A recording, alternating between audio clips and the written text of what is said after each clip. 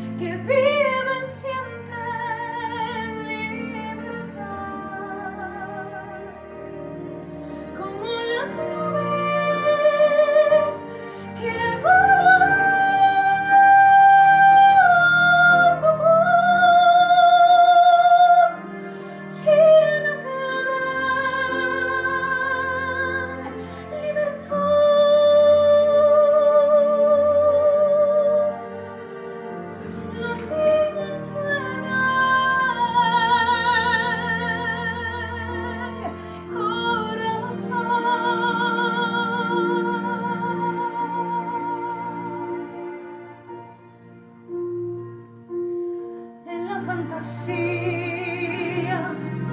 los niños gobiernan el mundo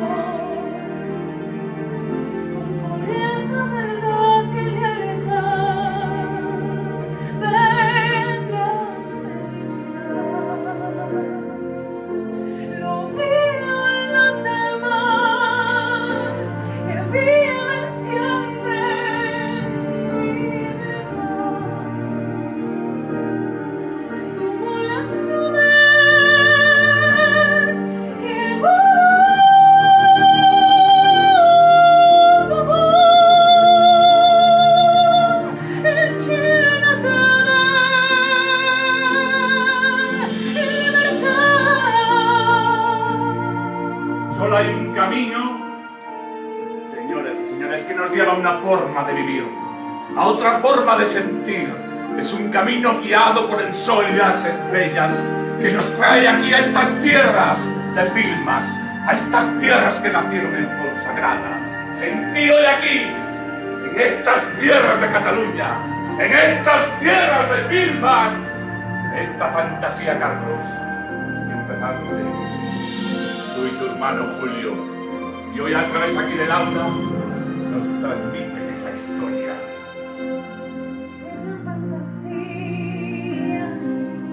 Existe un viento cálido que abraza la ciudad como un amigo.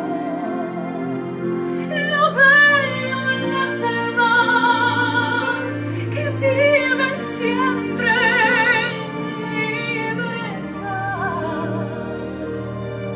como las nubes que volando van llenas de libertad. Sentir. Lo siento en el corazón. Eiza, por Filmas.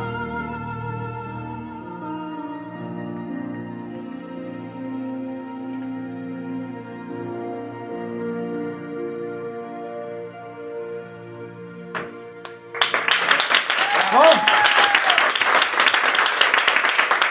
Muchas gracias.